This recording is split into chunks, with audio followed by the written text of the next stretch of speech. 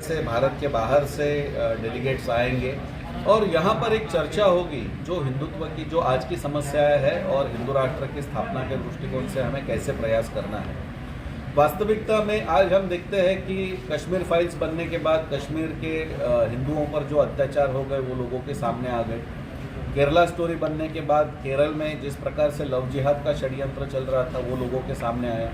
गोवा भी ऐसे ही एक प्राचीन और ऐतिहासिक हिस्टोरिकल प्रदेश है, राज्य है कि जहाँ पर इंक्विजिशन के नाम पर यहाँ के लोगों को प्रताड़ित किया गया था। तो इस दृष्टिकोण से गोवा फाइल्स क्यों नहीं होना चाहिए, इसके बारे में एक विचार विमर्श होगा और उसके अंदर कई सारे लोग उसके अंदर सहभागी होंगे।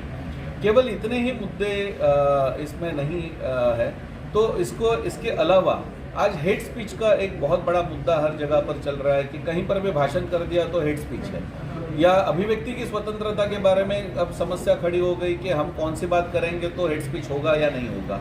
तो इसके बारे में भी एक वहाँ पर विचार विमर्श होगा। हिंदू राष्ट्र के अन्य जो मुद्दे हैं, लव जिहाद जैसा मुद्दा है, हलाल जैसा मुद्दा है, इन बातों पर भी चर्चाएं होगी। जो मंदिरों के प्रतिनिधि इस अधिवेशन में आने वाले हैं, तो मंदिरों के दृष्टिकोण से हमारा एक सुप्रबंधन कैसे हो, मंदिरों की रखरखाव कैसे हो।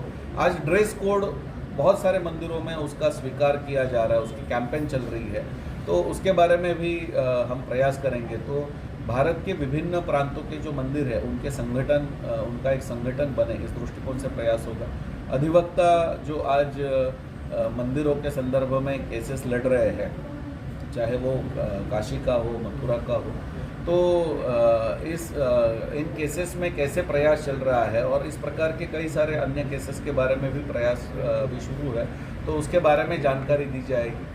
या जैसे अब मुद्दा आ रहा है कॉमन सिविल कोड का, तो कॉमन सिविल कोड यदि लागू होना है तो उस दृष्टिकोण से हमारी भूमिका क्या होनी चाहिए, उस दृष्टिकोण से विचार विमर्श होगा।